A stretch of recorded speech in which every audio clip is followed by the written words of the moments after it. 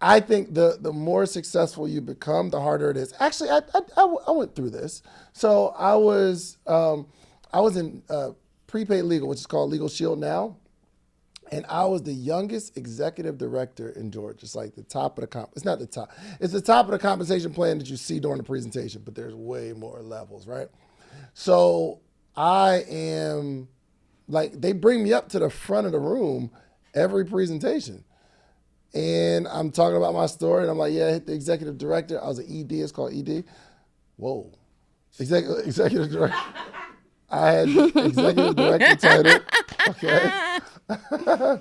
So, but there was a lot of people that were coming through these presentations, right? So when it stopped working out for me, I had to go to get a job. And it was one of the hardest things I did because in my mind, I'm knowing someone from these presentations are going to see me and say, weren't you at the front of the room, bro? I remember that was a real feeling. So I'm going back, I do remember that. But at that time, I was a kid. You know what I mean? I'm 18, 19 years old. So in my head, I'm this big star and I have a big following. And every now and again, somebody would come in and say, yo, you're on prepaid legal. You're the executive director. I'm like, yeah.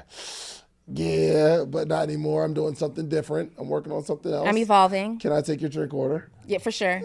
Listen, in reality, But I did go get a job, but it was just different. If it's me and I had to start all over today, you would absolutely see me back in network marketing.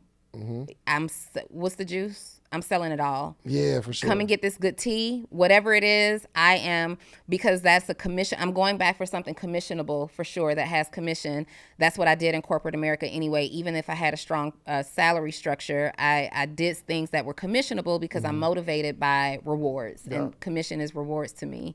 I'm going back into some type of sales role. I would attempt to work from home. Like my first thought would be to work from home, but work from home jobs are just as difficult to get as work in office jobs, and they typically don't pay as much, right? The truth is I've been out of workforce for so long.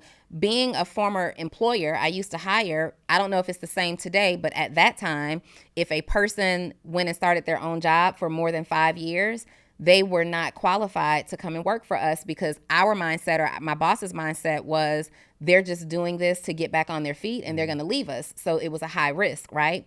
So it's dangerous to put on your resume that you were an entrepreneur for 14 years or 15 years, whatever that looks like.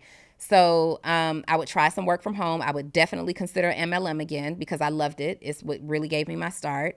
And if none of that worked, I do some strange things. I would go right back to corporate America. Listen, ain't nobody finna make me.